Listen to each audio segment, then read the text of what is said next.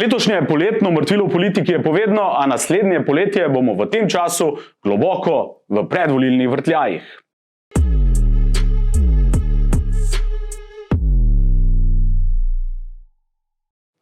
Nadpovprečno mirno politično poletje v deželi je presekal le epilog zgodbe ruskih vohunov iz Črnuč. Za rahlo valovanje notranje političnih voda je poskrbelo še zaslišanje komisarskega kandidata Tomaža Vesela v državnem zboru. Brez drame, celo opozicija ni proti.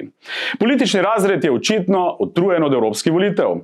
Bistveno večji učinek na nezadovoljstvo ljudi od občasnih poletnih političnih epizod imajo obletniške popoplavne bilance. Javnomnenjske sondaže so to tudi zaznale, a najbrž se oblast tolaži, da se bodo po obletnici poplav kmalu s poplavami spet ukvarjali predvsem poplavljenci. Kar ankete vse manj sramežljivo nakazujejo, je polarizacija političnega prostora. Na vrhu pa z odločno prednostjo Janševa SDS in Golobova Svoboda.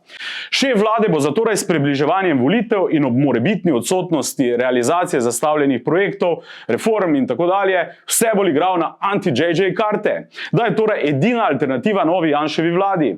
Koalicijski SD in Levica bolj udarne propulzivne politike, ki bi jim omogočala preboj bliže svobodi, ne vodita. Bi bila rdeče-zelena koalicija SD Levica Vesna kot tretji blok ob liberalnem centru in konzervativni opciji sploh možna? Za zdaj očitno le v redkih razmislekih. Na zahodu in slovenski desnici pa nič novega. Janša si funkciji priprav na volitve občasno pomeri obleko zmernejšega politika. Požgani mostovi do NSI se pomalem sanirajo.